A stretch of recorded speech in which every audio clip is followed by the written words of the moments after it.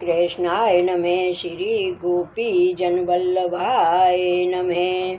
श्रीमद् आचार्य जी की गरु वार्ता प्रसंग 5।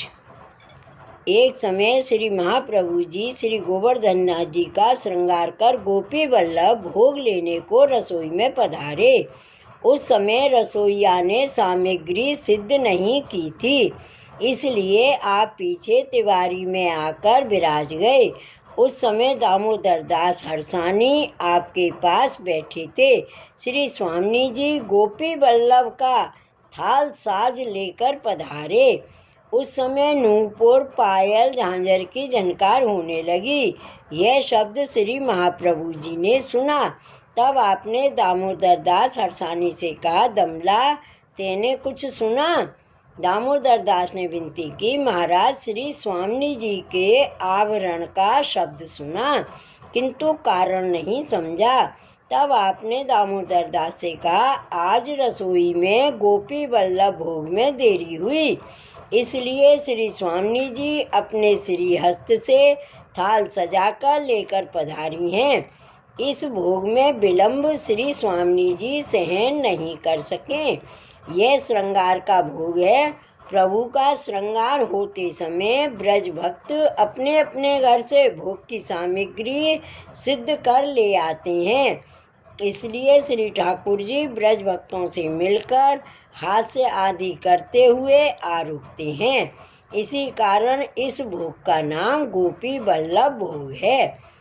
पीछे पुनः श्री आचार्य जी महाप्रभु रसोई घर में पधारे। उस भोग का थाल ले जाकर श्री गोवर्धन नाथ जी को समर्पित किया।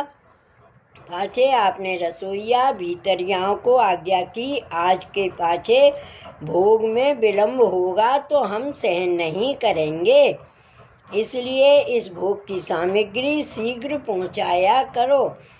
उस दिन से सारे सेवक सेवा में सावधान हो गए। श्री वल्लभाधीश की जय।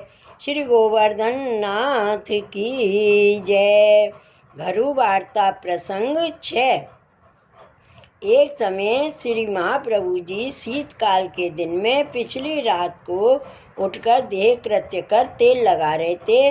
तब श्री गोपीनाथ जी स्नान कर अपरस में आपके पास आकर खड़े हुए। तब उन्होंने श्री महाप्रभु जी से उनको कहा कि तुम मंदिर में जाकर श्री ठाकुर जी को जगाओ। श्री गोपीनाथ जी किवाड़ खोलकर आगे गए। वहाँ खड़े रहकर देखते हैं कि श्रीनाथ जी भर निद्रा में पौड़े हुए हैं। तब श्री गोपीनाथ जी ने आपसे आकर कहा, श्री ठाकुर जी भर निद्रा में पौड़े हैं, क्या करूं? आपने गोपीनाथ जी से कहा, तुम एक क्षण भर खड़े रहो, पीछे मंदिर में जाकर हाथ की ताली बजाकर श्री को जगाओ। कारण यह है कि ब्रह्म मुहूर्त होने के पश्चात श्री ठाकुर जी को जगाने इस प्रकार की मर्यादा है, इसलिए अवश्य जगाना। श्री आचार्य जी महाप्रभु तो निज स्वरूप का प्रकार सब जानते हैं, इसलिए श्रीनाथ जी को ताली बजाकर जगाने की आज्ञा दी। श्री वल्लभाधीश की जय। श्री गोवर्धन नाथ की जय। घरु वार्ता प्रसंग 7। एक समय श्री गोपीनाथ जी ने श्री आचार्य जी महाप्रभु से विनती की, महाराज श्री द्वारकानाथ जी को अपने घर पधरावें। तब आपने गोपीनाथ जी से कहा कि तुमको बहुत पात्र सामग्री गहना आभूषण देखकर लोभ हुआ होगा। श्री गोपीनाथ जी ने कहा, महाराज आपके वंश में प्रकट होगा वह तो लोभ नहीं करेगा, परंतु हमको तो सेवा की इच्छा हुई है, इसलिए आपसे यह विनती की है।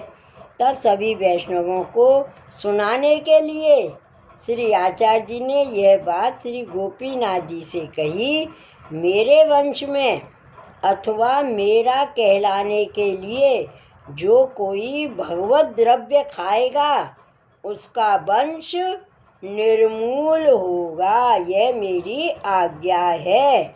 श्री वल्लभाधीश की जय, श्री गोवर्धन नाथ की जय। जय जय श्री गोकुलेश, जय जय श्री गोकुलेश।